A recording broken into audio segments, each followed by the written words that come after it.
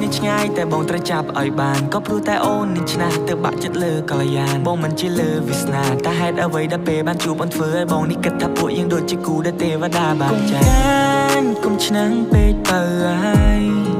សម្រស់អូនឲ្យបងចាញ់បងក៏ញោះលេងព្រោះស្រឡាញ់ញោះលេងព្រោះតែខ្នាញ់នឹងអូនបងចង់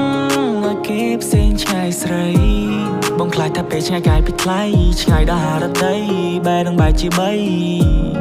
ហើយក៏បងត្រូវសោកទោះបីអូនឆ្នះបន្តិច and that the way she flex ហើយពេលដែលអូននឹងខឹងបែរដូងមក trying to fix and that the way you are អូនខុសពីគេទៅលើសម្រស់ហើយថែមទាំងចរិយាមកអូនមួយក្រឡងហើយឲ្យអូនពាក់ធ្លាក់ស្មា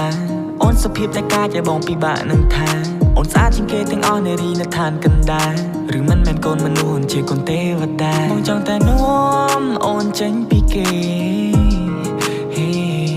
តែត្រយមកខាងនៃផែនដីដែលមានតែបងនៅមានមេ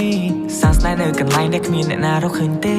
ឈ្មោះអញ្ចឹងនៅក្នុងបេះដូងมึงដូចជាពេជ្របងខ្លាចថាលែងមានថ្ងៃរះហើយមានតែថ្ងៃលេចបងខ្លាចថាមានរឿងកើតឡើងធ្វើឲ្យបេះដូងយើងក្រិចបងខ្លាចថាពេលវេលាមើលថែអូនអស់កតាបកិច្ច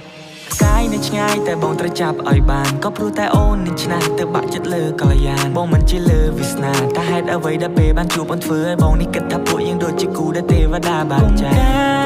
គុំឆ្នាំងពេកបើហើយសម្រស់អូនឲ្យបងចាញ់បងក៏ញោះលេងព្រោះស្រឡាញ់ញោះលេងព្រោះតែខ្នាញ់នឹងអូនបងចង់ឲ្យគេផ្សេងឆ្ងាយស្រីបងខ្លាចថាពេលឆ្ងាយកាយពីថ្លៃឆ្ងាយដល់ហារតីបែរនឹងបែរជាបីហើយក៏បងត្រូវសោកគុំឆ្នាំងពេកបើហើយសម្រស់អូនឲ្យបងចាញ់បងក៏ញោះលេងព្រោះស្រឡាញ់ញោះលេងព្រោះតែខ្នាញ់នឹងអូនបងចង់ឲ្យគេផ្សេងឆ្ងាយស្រីបងខ្លាចថាពេលឆ្ងាយកាយពីថ្លៃឆ្ងាយដល់ហារតីបែរនឹងបែរជាបីហើយក៏បងត្រូវសោកកា